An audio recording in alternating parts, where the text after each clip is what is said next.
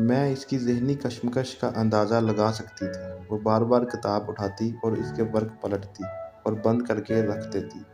کوئی بڑی الجھن تھی جو سلجھ نہیں رہی تھی۔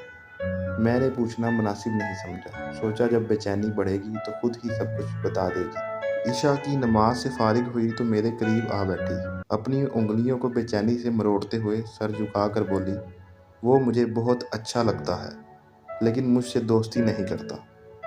تو میں نے اپنی بات ادھوری چھوڑ دی۔ کہتا ہے نامحرم سے دوستی نہیں ہو سکتی، ہمارا مذہب اس کی اجازت نہیں دیتا۔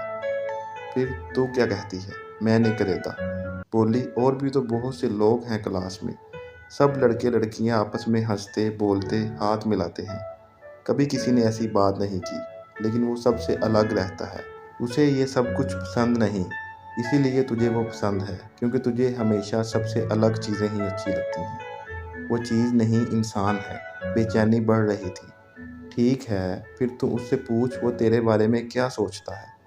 اگلے دن لوٹی تو زیادہ پریشان تھی۔ وہ کہتا ہے کہ کسی کو چاہنے کے لیے سب کو چھوڑ کر صرف کسی ایک کا ہونا پڑتا ہے۔ تو پھر بولی، سب کو چھوڑنے کا مطلب ہے تنہائی، سارے تفریح ہنگامے، دوست، پارٹیاں ختم۔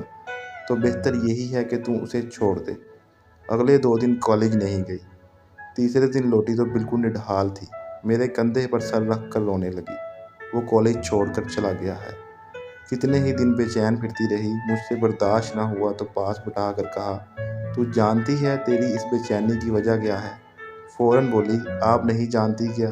ہاں جانتی ہوں، اس نے کہا تھا نا کسی ایک کا ہونا پڑتا ہے۔ جلدی سے بولی، لیکن وہ ایک تو چلا گیا، بتائے بغیر، موقع دیے بغیر۔ اگر کچھ مہلت دے دیتا تو اس کی خاطر سب کچھ چھوڑ دیتی۔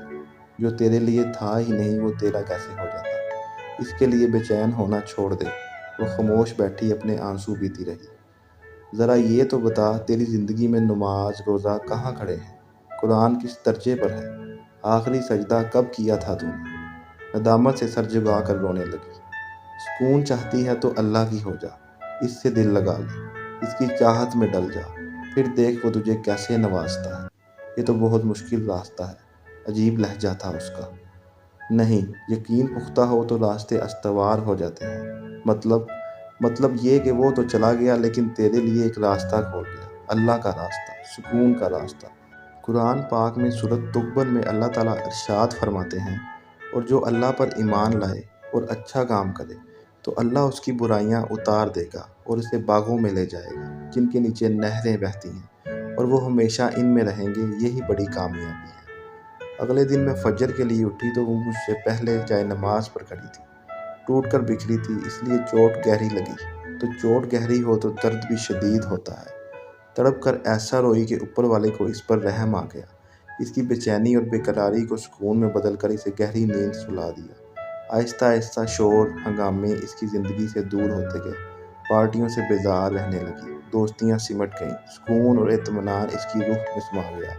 اللہ نے اسے دین کی سمجھ عطا کر دی تھی۔ بے شک وہ بڑا مہربان اور رحم کرنے والا ہے۔ میں جو ایک بات عرصے سے اسے سمجھانا چاہ رہی تھی، وہ ایک اجنبی اسے چند روز میں ہی سمجھا کر چلا گیا۔